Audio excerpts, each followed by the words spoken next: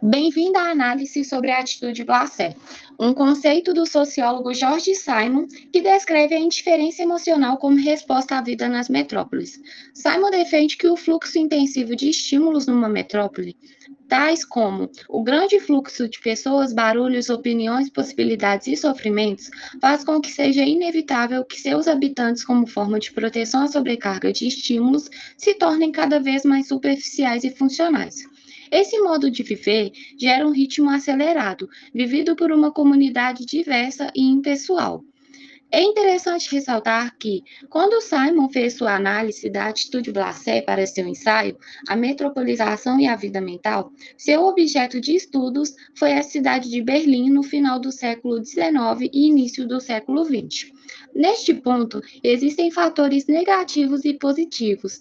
Em uma sociedade impessoal, se torna possível a inclusão de diferentes religiões, etnias, estilos de vida e opiniões no mesmo lugar, mas também pode agravar problemas de saúde mental, comuns nas cidades modernas, como depressão e ansiedade, fomentados pelo estranhamento entre as pessoas que perdem coesão social com seus grupos. A tecnologia no mundo atual globalizado acentua essa reserva social, já que as pessoas não precisam mais se encontrar fisicamente, mas ainda assim têm acesso às notícias de todo o mundo. O sociólogo Zygmunt Bauman, já no século XXI, atualiza essa discussão como a modernidade líquida, onde até os laços afetivos se tornam descartáveis, mediados pelo consumo e pela tecnologia. No mundo líquido, a abundância de escolhas e a efemeridade das conexões geram sujeitos que, para sobreviver, precisam se proteger afetivamente, muitas vezes se refugiando numa postura blasé diante da fluidez da vida. O mundo líquido não apenas estimula a atitude blasé, ele exige. Quando tudo é volátil, quando laços são descartáveis e as relações se tornam objetos de consumo, a indiferença se torna uma estratégia de sobrevivência emocional. A atitude blasé de hoje não é apenas uma resposta à sobrecarga sensorial da cidade, como Simon via, é também uma resposta à insegurança, à fragmentação e ao medo do fracasso individual na sociedade de consumo descrita por Bauman.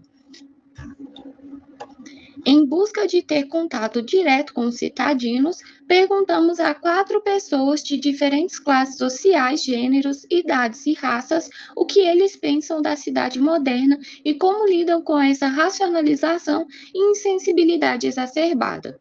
Os nossos entrevistados possuem os seguintes perfis: homem, pardo, de 58 anos, Belo Horizontino; mulher preta, de 42 anos, Belo Horizontina; mulher branca, de 22 anos, nascida em Governador Valadares e reside atualmente em Belo Horizonte; mulher amarela, de 24 anos, nascida em São Paulo e que também mora atualmente em Belo Horizonte.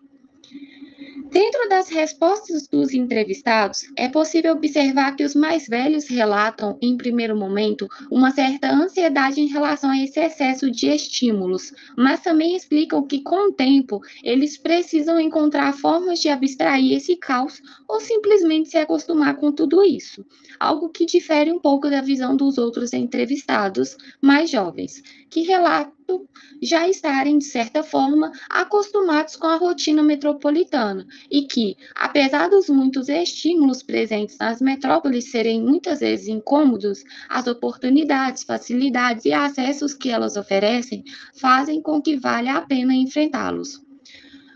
Observando as respostas obtidas, é interessante notar que existe um certo consenso. Duas das entrevistadas relatam uma maior empatia com a situação dos moradores de rua, principalmente a que veio de Governador Valadares para Belo Horizonte.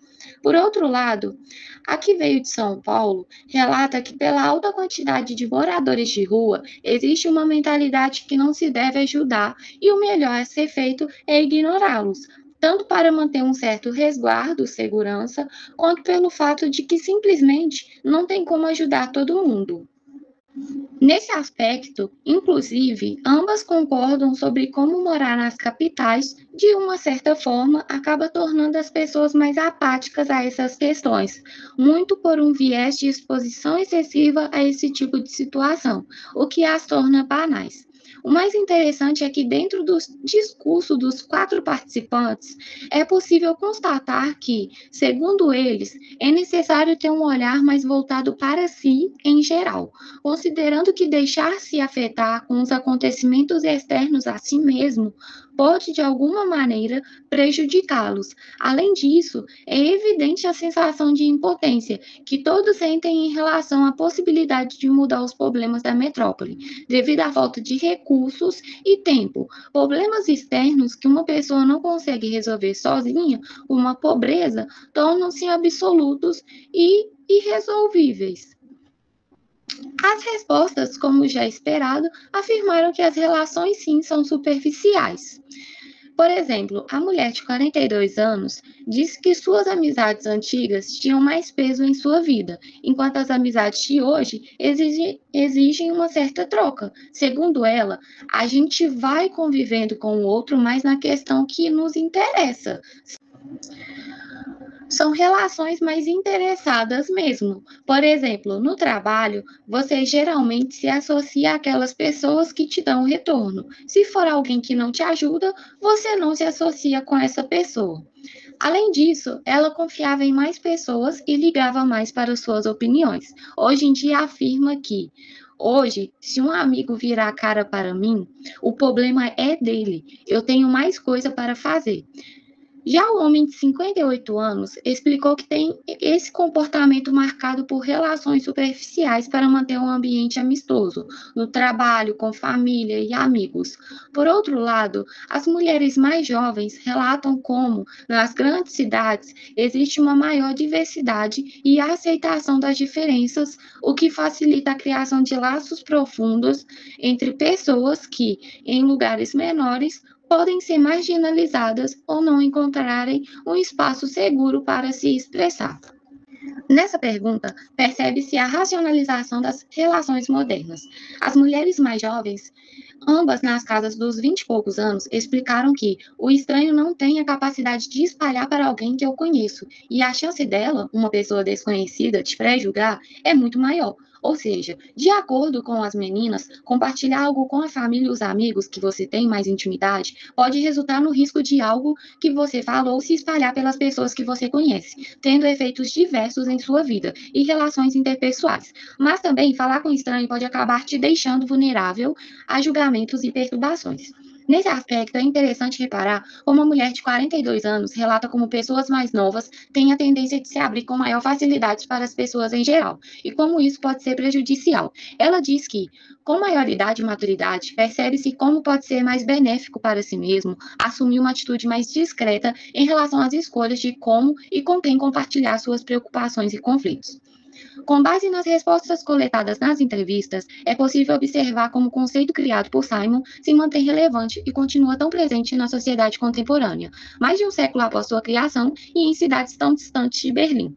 Também percebe-se como a atitude glacé afeta as pessoas de maneiras diferentes, devido às suas particularidades, tornando algumas delas mais apáticas em relação aos acontecimentos ao seu redor.